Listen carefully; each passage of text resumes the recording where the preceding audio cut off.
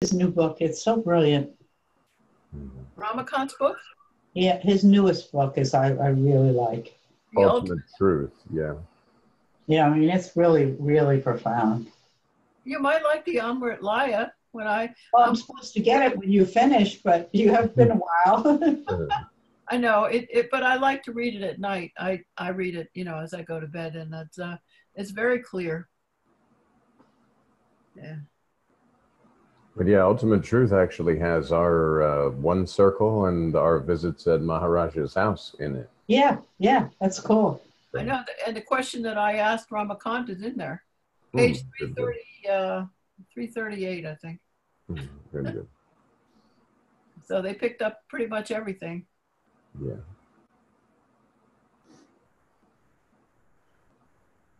Yeah, and the first half was like all the visitors to the ashram, I think from 2016, 17, and 18. Yeah. The ashram at Nashik. Yeah. Or maybe it couldn't have been 18. So it must have been just 2000 from his just before he came to USA and then just after he came back from USA. That's the block of time. Okay, because he was here in 2016. Yes. So I guess it would be like his 2015 and his 2017. Couldn't have been 2000. I don't know, honestly. I know that there was like a PDF that was sent around of the Mixler talks and the recorded talks that he had done. And that turned out to be this book, Ultimate Truth. That along with the USA talks. Yeah. How long was he, functioning as Maharaj? Oh, I don't know. I mean, there are videos that I've posted recently from the Russian devotee, I believe Dmitry and Alex, who go back to 2012, 2011. So I don't know. And he may have been, I really don't know. I think on the website, ramakantmaharaj.net, it said something about he had been already doing it for 10 years or something. But I don't honestly know.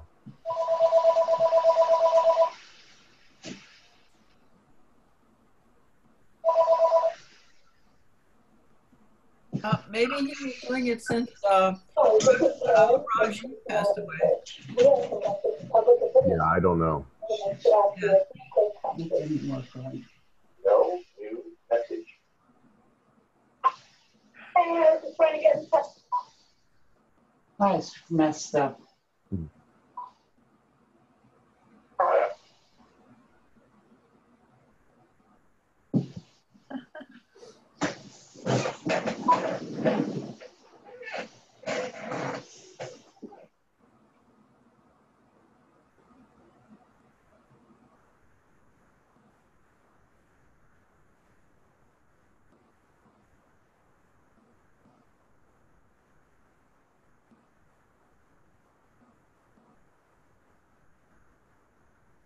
Okay, my question is how to keep the mind from continually going back to this Patricia identity.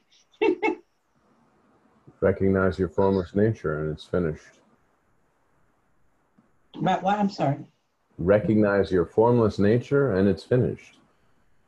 There's evidently not a, you haven't yet had the conviction of, oh, so that I, brought about by those moments of just die, the presence without anything, without any objects of awareness, just this subtle presence, this subtle peace, this subtle, whatever you want to call it. Once you identify with that, it's finished. Then mind can't, it just can't. There's no way mind can produce thoughts because the mind only knows the form world and you know yourself as formless. You know yourself as this witness, so to speak, of this presence on which all of this appeared, including this body, mind, ego, intellect. So it's finished. But there has to just be the conviction of the meditation, basically. If the mind is still convincing you that you're Trish, then you just need more meditation. More sitting and realizing that subtle sense of presence, the mantra, where it's clear and clean, and your mirror becomes, where your mind becomes like the mirror mind and reflects only presence. And that's it.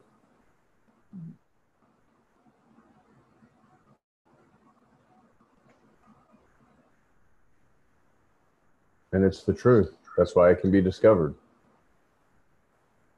Well, I know it's the truth. I mean, there's no, I mean, I don't have any doubts about that. But the habit of identifying as Trish is still very strong. Yeah, there maybe then it needs to be more of the, because our program is like Bhakti and Yana and some other, with the bhajans and such. Maybe you need to get in the habit of, bowing to the master, get an image of Maharaj or something and bow to the master and truly feel that inner master is projected in that photograph or in that image of that guru that says, you are not body, you were not body, you're not going to remain the body. I mean, maybe that's, it might be the mixture of, okay, I know this and I do sit for meditation and this and that, but I'm not like if the formlessness were to appear in form in front of you and say, die right now, you would say, okay, I leave the body, no problems. It's all good. No worries. And if that's not the case, then there needs to be a surrender, because as long as there's an idea of an ego that can surrender, like Maharaj has said, leave your mind, ego, intellect at the ashram, deposit it there and walk free. And since you're at your house now, you put, I have these pictures all over the house and I come into the kitchen to get a soda or something and I'm bowing to Maharaj. I wake up in the morning and I'm sleeping on the floor, which is very nice. So I wake up, I'm on my knees, I'm bowing to Maharaj. And, even the mantra and bowing. At nighttime, I have started just recently holding the pillows and literally going like this and imagining in the moment the time that I bowed to Maharaj's feet and picturing myself there at the feet of my master. And that may seem extreme, but if you read Master of Self-Realization, if you read Amarut Leya, if you read any of Nisargadatta's books, it talks about absolutely be earnest in wanting to know yourself. Yourself has appeared in the form of Sri Ramakant Maharaj. Now give yourself to that form and be free of yours. Leave this body at the feet of the master and be free. You're free anyway, but you have this concept of bondage based on I am somebody, and I have a lot of these spiritual journeys and this and that. But be free now. Leave your body at the feet of the master. That's a big part. When I went to India the first time, I wrote in my journal, I am going to meet this presence in the form of Sri Ramakant Maharaj, and I am going to be able to, number one, thank it for this that's happening, and leave any human remains at the feet of the master. I'm going to surrender completely. No matter what happens, I'm finishing this. And that was and even not the Upanishads, what's the one, the Abhangas. I had copied and put the 12 Abhangas on a piece of paper, and I used to read that in the morning. I read that on the airplane going over. I read that when I landed in India. I read it in the cab just before I took a little quick nap to go to the ashram. I read it along with Selfless Self every night and every morning. Because that was why? Because in the Abhangas it says if you read these Abhangas, you will realize yourself. Now, just the fact that I desire to realize this self and be free so much, any of these activities directed that way, inviting the attention of the invisible listener that, oh, this is the reality. And this object that's appearing on my spontaneous presence is seemingly wanting just to do my will, just to be one with me. And the invisible listener, the attention is invited and mantra is given, And again, Maharaj gave all of us this mantra and said, repeat this mantra, it will dissolve the illusory concepts slowly, silently, and permanently. I didn't go to Maharaj like, okay, I'm going to pay $50 and have a nice evening, or, you know, we're going to go do this. We're going to go see Maharaj, then we'll have a nice dinner and we can walk around the river. I went to Maharaj to die, to finish it. That presence was all that mattered. And then that was it. I surrender completely. My life is no more. It's yours. And that's it. Whatever happens, happens because it's not happening. And Master tells you that. And when you know yourself in a real sense, this formless sense of presence, there's no worries. Mind stops. There's nothing. It's, you know, if you're on the other side of presence, we talked about it before. Presence, the entire world is appearing. And then there's you, the you that you are, that is only the witness or only the seer of this sense of presence. When I say seer, if we have to get technical last week, seeing is that it's no senses. It's not the senses of sight or taste or touch or sound or whatever the other senses are. It's just here. You feel it. And you can use this body as an instrument to dip into that. Like we talked about, use this body as a cup that dips into the nectar of immortality, this nectar of presence. Maharaj talks about it as selfless self-intoxication. Enjoy selfless self-intoxication. And be there always. Don't give yourself away. Mind is just a flow of thoughts, and if you sit there and say, oh, this mind, oh, no. This mind came along with the body, and that appeared on presence that I'm observing. So the presence is so subtle, and I'm more subtle than the presence because I can observe it. That's also I get playing tomorrow. I'm not a big Mozart fan, but you know, it's a famous opera. Oh, you are there? Trish? No, bye. Call you later. Trish is so popular. Can't, usually the phone isn't on, and I just haven't been able. Let me leave the phone on in the other room.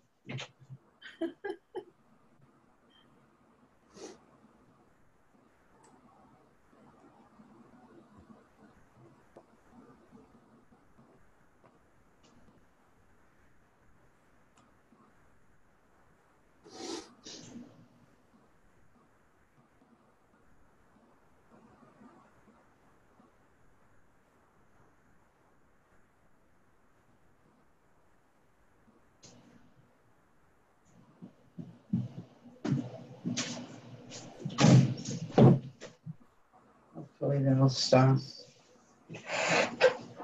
Sorry. It's all good.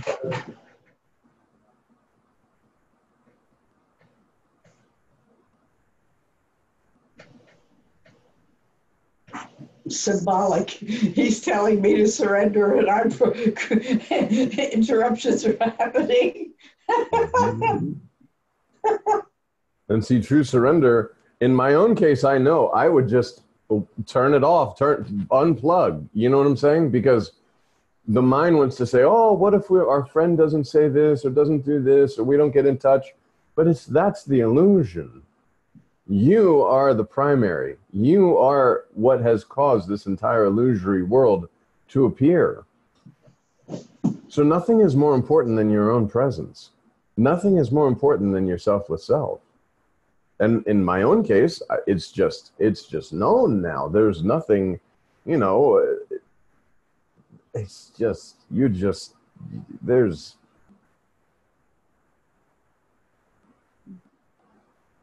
you're aware of nothing but the subtle sense of presence. And everything that's happening is appearing on that subtle sense of presence, and therefore is totally so far disconnected from you. It's not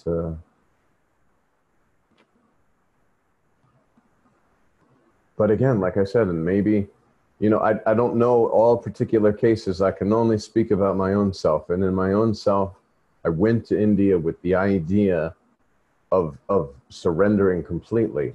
I wrote that in my journal. I wrote in the journal that I'm coming, and whatever in me, whatever ego remains, I give to you. I surrender it to you. And in the concept that this presence is God, and God in human form is Maharaj, and I'm telling God, kill me, take me. If it's your desire that lightning comes down and blows me into a million pieces, so be it. And this is the earnestness, the selfless self-devotion, bowing to the masters. I mean, how many times a day do you bow to the masters? Do you give yourself, or do you do the selfless self-dialogue of, oh, that's right, I am not body, I was not body, I'm not going to remain the body. This seems to be trying to grab my attention, but I know that my attention should remain with myself. That whatever's going to happen is going to happen. Whatever's passing is going to passing. And in the moment, spontaneously, some action will occur, because you can't just sit like a lump for 100 years. You have to move somehow. So some spontaneous action is going to occur as and when needed. And other than that, I just remain with myself, formless. What does formlessness want? Nothing. Nothing.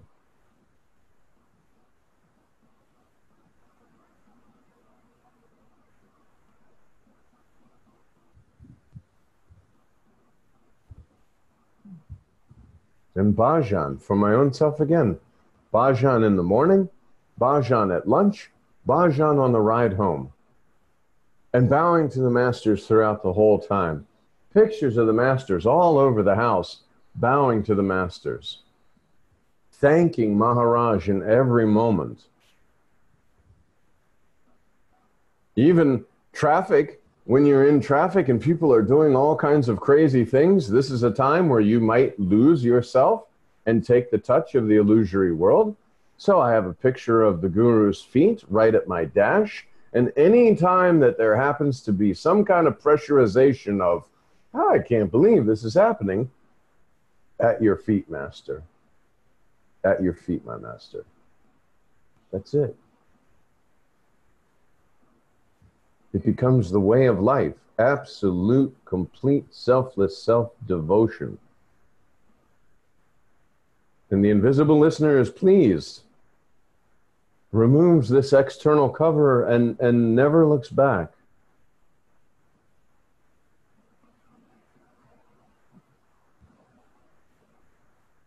Maharaj says all the time, you have to please yourself. Devotion, bhajan. Master already said and talked about, you know, you have to water, and like it's a plant. Here's the plant of immortality, the plant of, quote, enlightenment. And you're given this plant. The day you're given this plant, it's perfect, pristine. Couldn't be nicer plant. Master says, water it 3 times a day, put these little tablets in the soil, clip, if the leaves start to get a little bit too long, clip the edges so that it can keep growing nicely. Make sure it gets sun, but not too much sun. Only put it in the sun 3 times per day. And you will have this beautiful plant that will just continue to grow, continue to flower. Master has planted the seed of reality in your selfless self. Now, bhajan, the vitamins for the soil. Devotion. Getting pictures of these masters and having them in the house and bowing to these masters.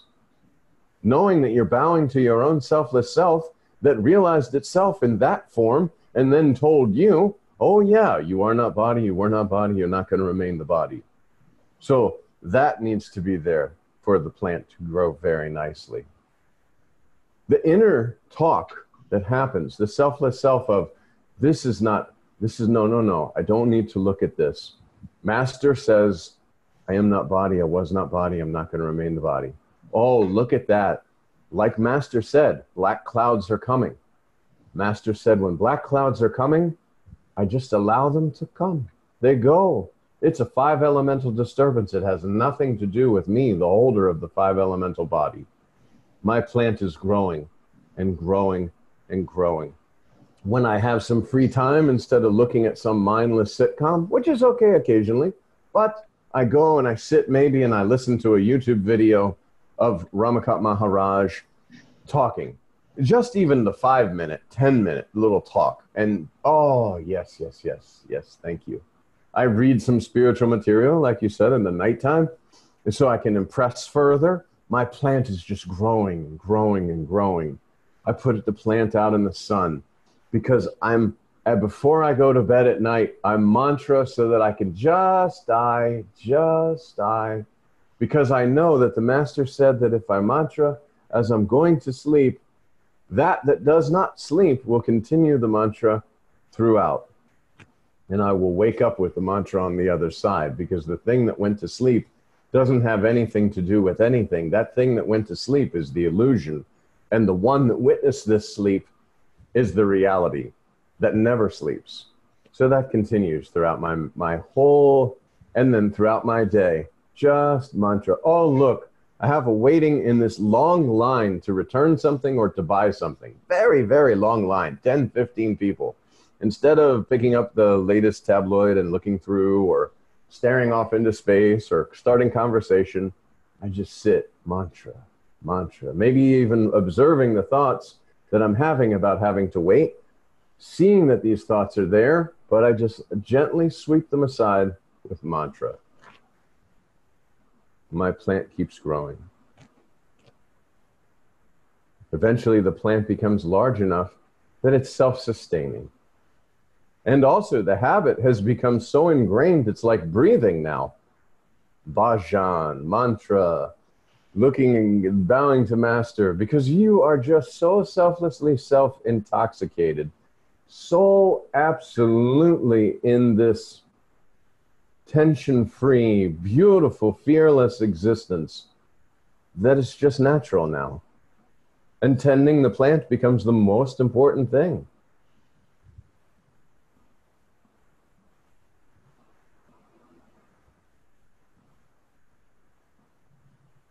Like this.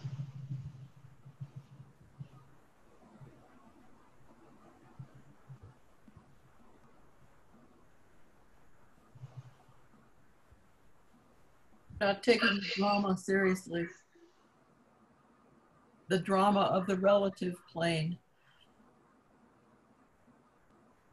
Yeah, it can be as it is. Okay, this is happening. Okay. But it's not happening because it's not happening to me. I remain formlessly aware. And whenever a pressure of a form comes in that I'm somebody else, mantra, oh, watch. Remain with presence. Presence takes you in. Presence is everything. All things are appearing on this, and presence is in all the moving show that you are appearing to see. All the scene is illusion. That's all these things are just dancing on presence. And I'm being entertained by them, you know? It's kind of like you walk into the store during any kind of holiday time, and they want your attention to be on the holiday. You know, oh, the holiday's coming. Make sure you don't run out of this, or you have enough tinsel for your tree, or you have, you know, whatever you need, they put it in your face. And that's what illusion does. Illusion, basically, I think like in the story of the Buddha when he's sitting at the tree, and then like the beautiful women, they come out, they're trying to tempt him, and they come out, and then there's food, and there's all this stuff that might be tempting, and he remains. And all these things, they turn into demons, and they get angry, like, we cannot upset this guy, what's happening? Until finally then they disappear, and they bow to him, because there's nothing except that. And all these little illusory, dangly things are nothing. And if you're giving away your immortality for a trinket, come on now.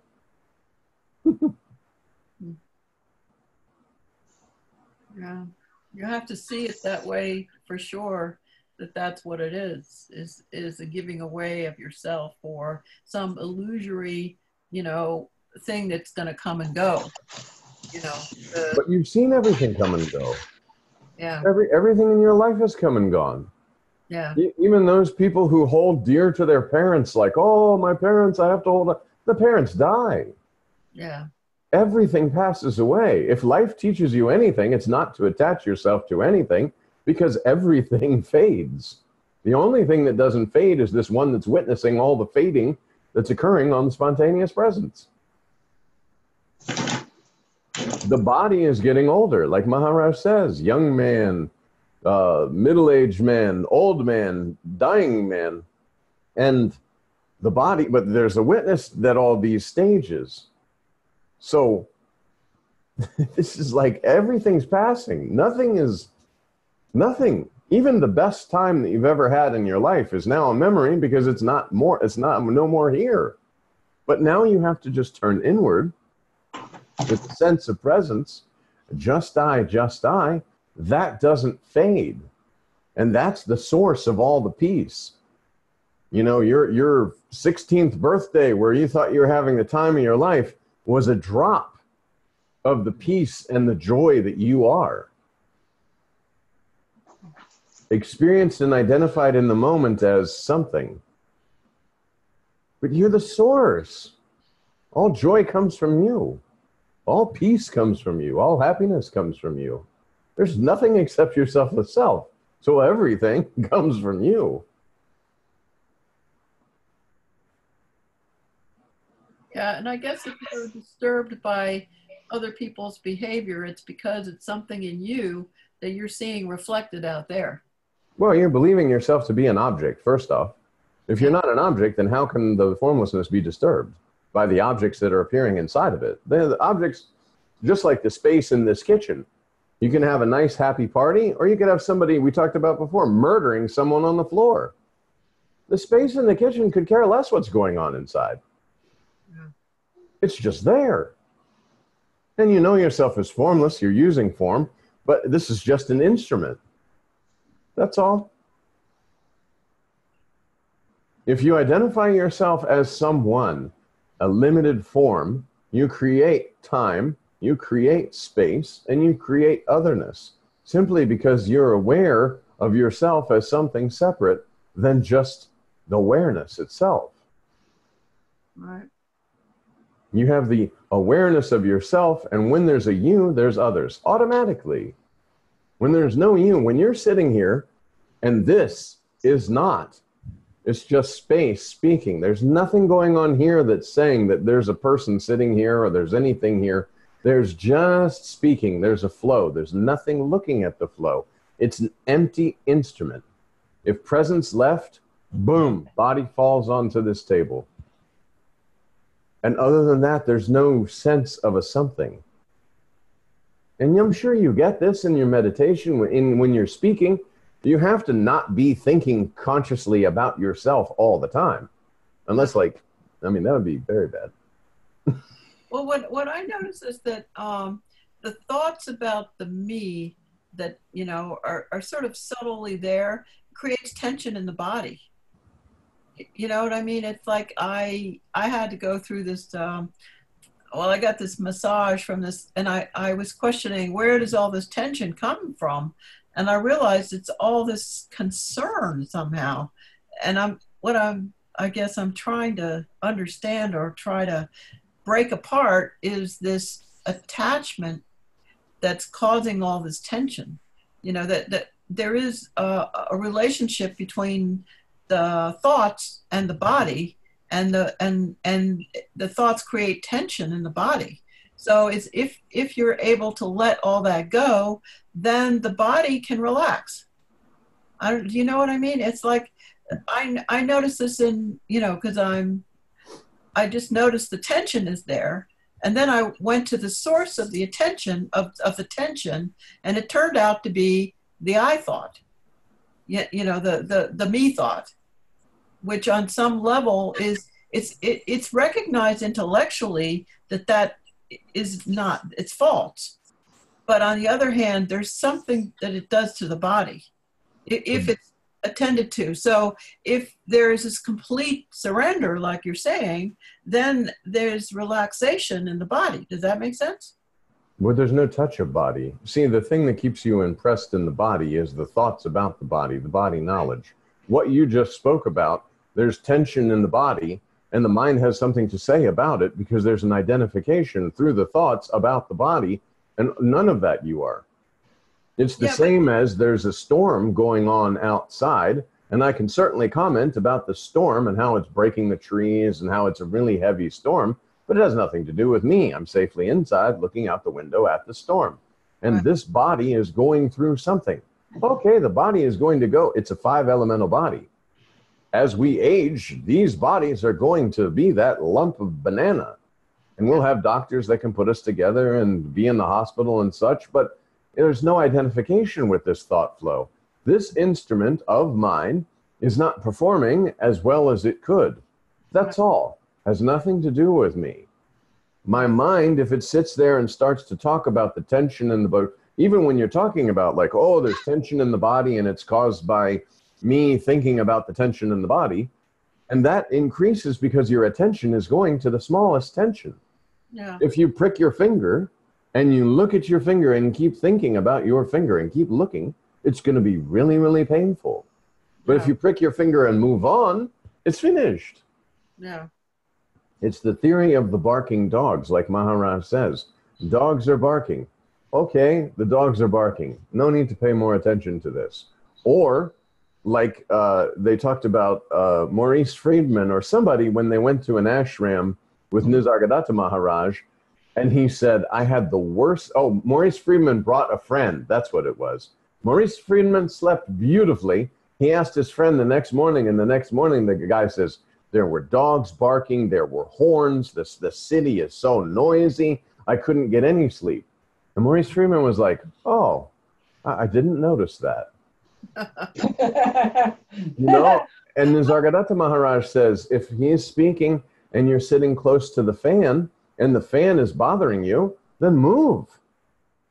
Yeah. There's no need to do anything, you know, it's like this disturbance is going on.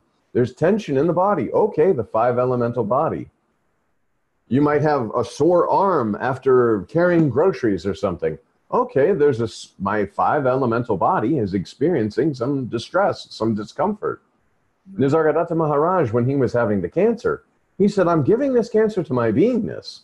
This spontaneous presence that's holding the body, that's what has the cancer.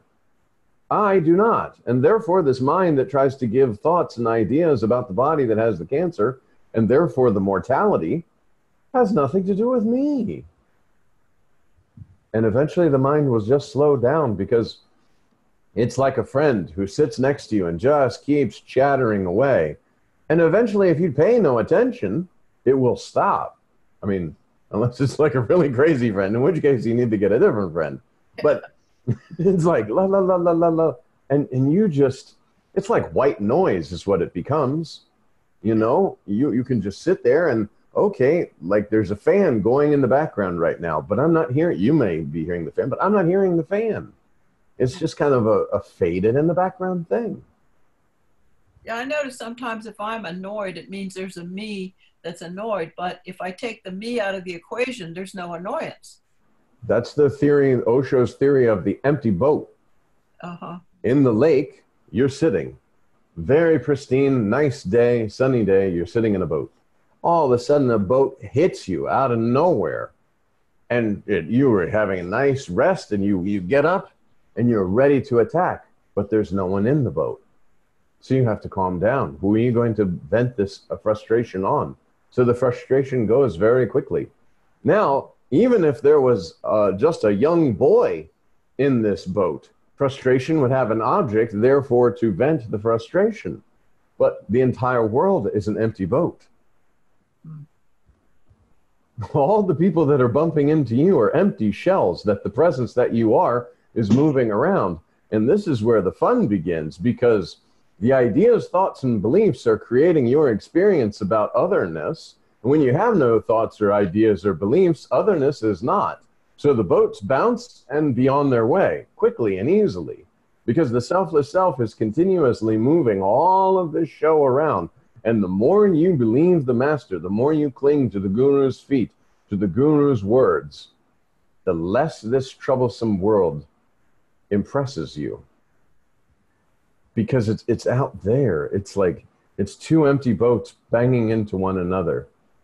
And see, you're then thinking, oh, but that other person isn't doing spirituality or whatever. But that other person is not a person. That other person is the selfless self that's moving all of this around. Thinking and using one mind, basically. Thoughts are flowing, and all of this show is created. The empty vessels that are bothering you are created from you. You are the source of this botheration. So instead, you remove the source of the botheration by remaining formless, so that there can be no botherations on this formlessness. Just a bunch of empty boats. Yeah, like the dream world, where all the characters in the dream are in your own mind. Yep. Yeah. Yep. Even if you have a dream that you're getting beaten up by somebody, it's your consciousness that's creating the situation for this person inside your dream to beat you up. Think about that. Your consciousness has created the entire dream world while you're sleeping. And if you're sitting on a bench and you dream that somebody comes by and just beats you and robs you, that's you. You're the one beating you and robbing you. There is no other. Yeah. And the fun, like I said, the fun is when you're formless and you see everything as formless. And you see that this is just a dancing show of lights and sounds and like a carnival, basically. Just lights and sounds and activity, and it has nothing. There's no reality in it. Oh, I think my light must have just... Hold on. Your face looks a little darker. I'm getting darker. Hold on. I need to turn the light on here. Hold on. Just noticed I zapped myself out of existence.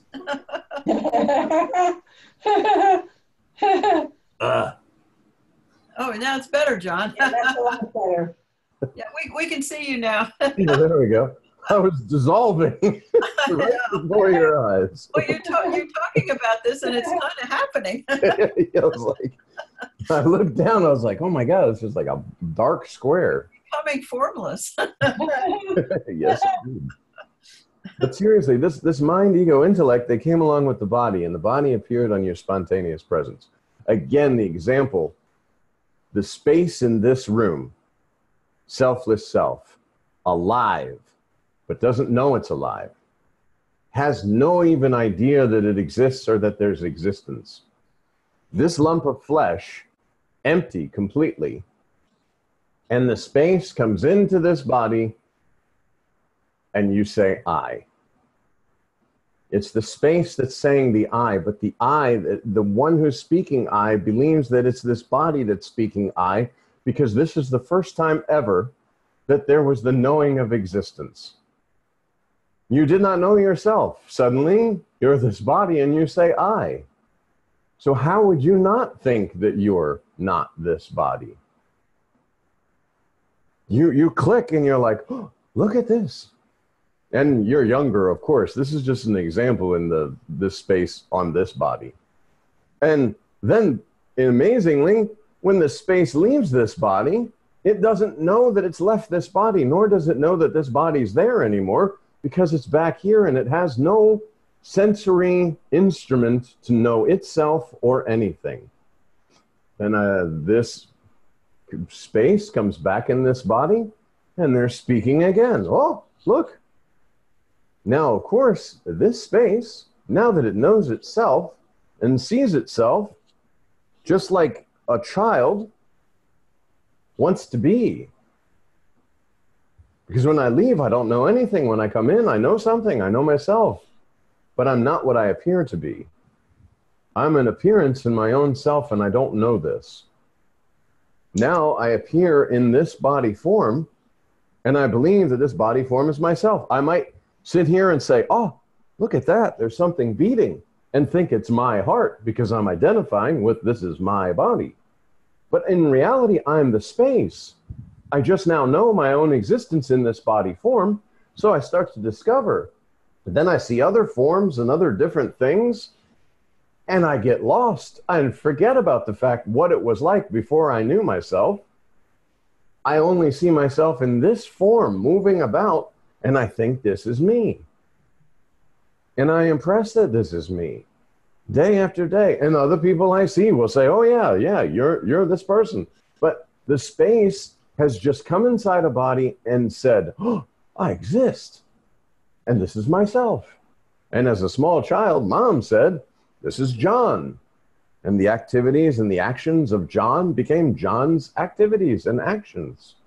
And getting lost further and further and further and further from the fact that you are, but you did not know. Then you know you are, but the object of knowing you are is actually not yourself. Hey, Keith. Hello. Oh, you're missing a good discussion here, Keith. I forgot it was Tuesday. Okay. Oh, it's Tuesday. Indeed. Man. I ended up, I was really tired. I had to take a nap. And I just woke up. Oh, my God. And you were having a dream within the dream. Actually, to tell you the truth, I did have that this morning. So who's all here today? So, well, we got the usual crew here. Oh, okay. We're only missing Andrew, who's in Colorado somewhere on vacation. Okay. He'll be back next week. I don't know. What were you in the middle of? Did I interrupt something? Well, it was very profound. John was explaining that there was nothing, then there was something, and then hopefully we'll go back to the nothing, even though a body is still present. Yeah. That's the teaching in a nutshell, isn't it? Yeah. Yeah, even though while you're still aware in a body, you could still be aware of nothing or whatever.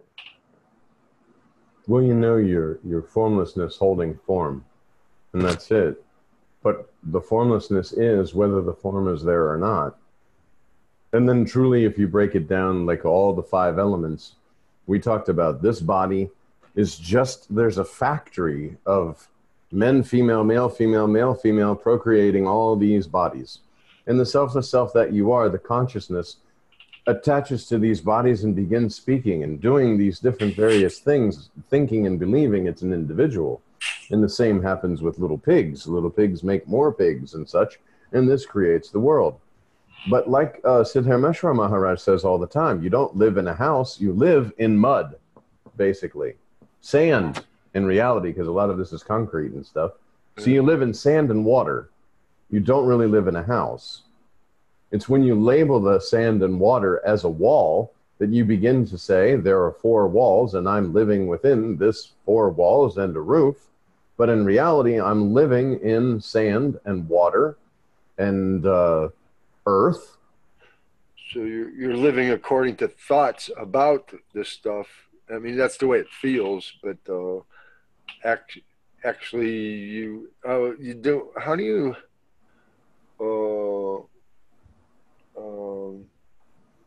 sort of, how do you know that, or what makes you think the knowing that you think you know is the real well, I guess I was thinking, it occurred to me today that it seems to be connected with some kind of subtle form of grasping or resistance that makes me seem to myself to be real in some kind of an imagined substantialness. Well, again, just remember, because it's from the place of seeing, you're witnessing presence, and all of this is appearing on the spontaneous presence. You know this sense of presence is very formless, just I, just I. Since you're the subtle knower of this subtle presence in which the entire world has appeared, that's your position. So you're totally separate. Now, if you want to use the body and go backwards, we can talk about again, you close your eyes. And immediately when you close your eyes, you're still able to see. So we've just eliminated the body and the world and anything that has to do with form, because now inside, so to speak, we're not form anymore. We're just seeing, but we don't have any physical eyes to see. We're just seeing. And if you sit there for a moment, you'll watch this subtle body, this mind flow, thoughts, images, and such. And if you sit a little longer, you'll notice that there's a small gap before one image ends and another one begins. And you're able to witness this. So if you pay enough attention to this, then these thoughts sort of clear away and you get this moment of kind of nothingness, this void. And see, you're witnessing this, now there's nothing. And yet, so you're still seeing, you're still here. This subtle presence is here when the thoughts are not. So now we've gotten rid of the physical body, the subtle body, and now we're going a little bit deeper because there's a void, this causal body, and this is like knowing and no knowing. This is the knowledge and ignorance kind of mixture because you know both knowledge and ignorance. So you're the knower of this void of nothingness, which puts you here. And here, you just sit and there's nothing back. No, because this is the source of seeing. This is just I, removing all the illusion. And then you open your eyes. And when you open your eyes, seemingly there is a world appearing, but that is appearing on the spontaneous presence, and the presence is the doorway to your own self. And on the other side of the door is the flow, the spontaneous presence, and all of the different such things. How do you know you're there? Because this presence is like a thick kind of veil, and it's the only thing that's known. Nisargadatta Maharaj says the I am. Just remain with the I am. Remain with the I am. And the I am is the doorway to your own self. And we'll show you all the secrets. The secret is you're the knower of this subtle I am. You're the knower of this subtle presence. You're the knower of this sense of existence. And from that position, this subtle presence and existence is what projects the entire world, of which this body that you're using and at one time believed you were, is on the other side of presence. You are just there as the subtle witness of the subtle presence in which everything is appearing. And see, it's not even witnessing. It's like you look out the window and you'll see whatever's out the window. It's just a natural seeing. And that's how presence is. That's why the meditation is so important, because you sit there and you sit there with mantra, with mantra. Thoughts are coming, but you're not paying attention to thoughts, you're paying attention to mantra. If you want to pay attention to your breathing with mantra in the beginning, that's okay. But you'll come to this sense, this just I without anything. And then you'll know, oh, so that I. Knowing myself in a real sense. This is knowing myself in a real sense because I'm not using any of the senses of this body to know myself. What senses am I using? This body can only know things through touch and through sound and all the different senses that the body has.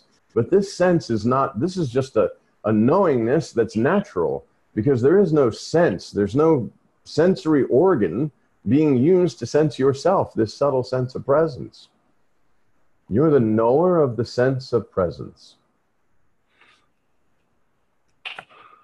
Yeah, I keep, this really does keep hitting, becoming more and more obvious, all this that we're talking about. And it's not like anything that I do to any well, not really.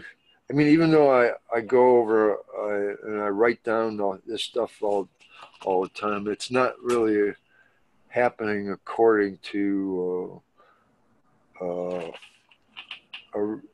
reason or something, but it's like it's happening on its own. Like a couple weeks ago, I woke up and I get the most clear seeing, like that's what I call it anyway, from a body perspective, when I'm awake in the morning. And I got this little flash, very brief, that there was no difference between sleep, awake, and dreams. And then this today, it even became stronger that it seemed like there was no difference between sleep, awake, and dreams. And to the witness of all three of those states, to the one on which all those three states is appearing. Because everything, again, it's like the nothing, the bubble of illusion, consciousness, everything that's known, everything that's felt and seen, and all the whole world is in this bubble of illusion, this bubble of consciousness. And you are the knower of consciousness, or subtle presence, which projects this. Spirit clicks with the body, and the consciousness basically creates all this. But you're the knower of all of that. Like we were talking about earlier, you're the continuum in which falling asleep, deep sleep, because in deep sleep, you don't just disappear. Like you disappear because you're not thinking about yourself. You don't have the consciousness that's pressuring you as you are somebody. So it appears that you disappear, but you're still there, because otherwise, when you left dreams, deep sleep, and came back to dream state and then waking state, it wouldn't do that because something has to wake you up. If you just disappeared in deep sleep, then you're gone. How would you know then, like, oh, okay, now I have to realize myself and go through? No, there's something absolutely continuum. Just like we talked about, this I am, this sense of existence appeared to you or to the space in the room that did not know it existed, but it existed, and it touched with the body form and suddenly knew it existed. And didn't even know that it was the space that knew it existed, because it saw itself in this body form and said, oh, I exist as this. But this sense of existence appeared to that which did not know the sense of existence, which is kind of obvious, because if that knew the sense of existence, then that also knows the absence of the sense of existence, because sense of existence appeared.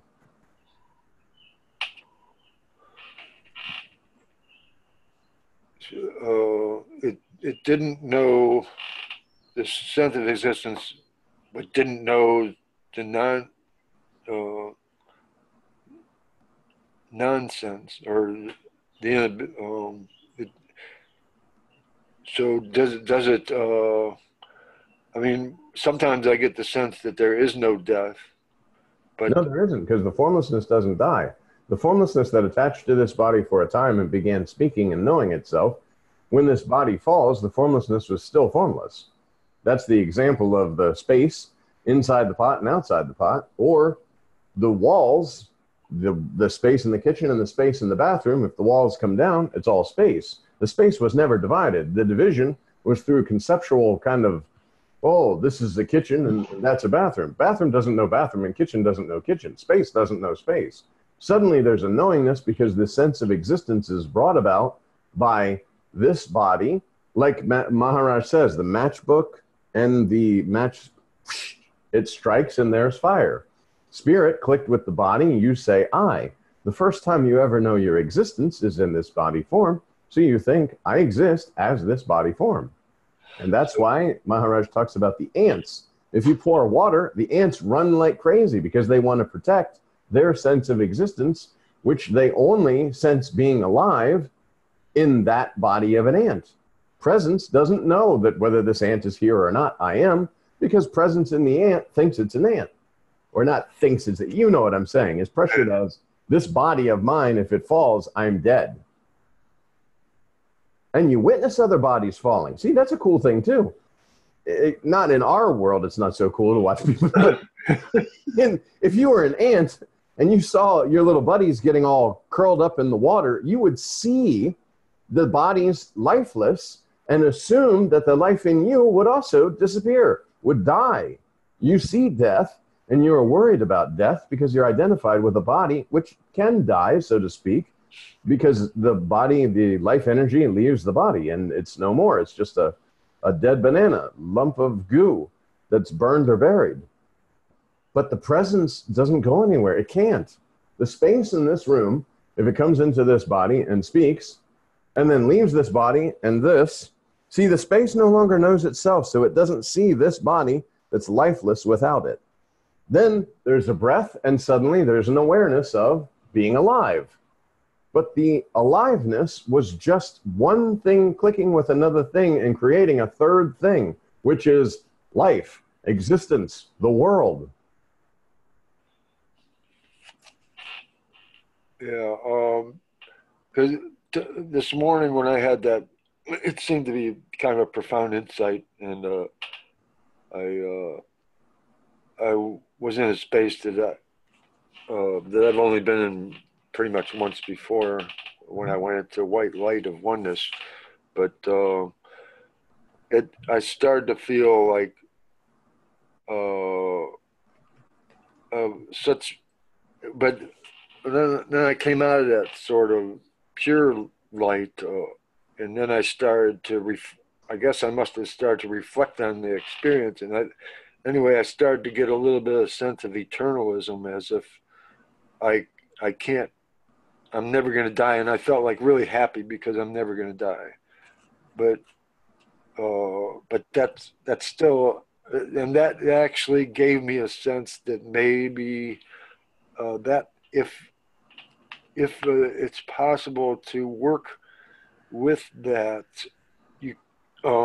realization or awareness that you are beyond this world, and that there is a slight chance that you could learn how to manipulate the world and produce cities.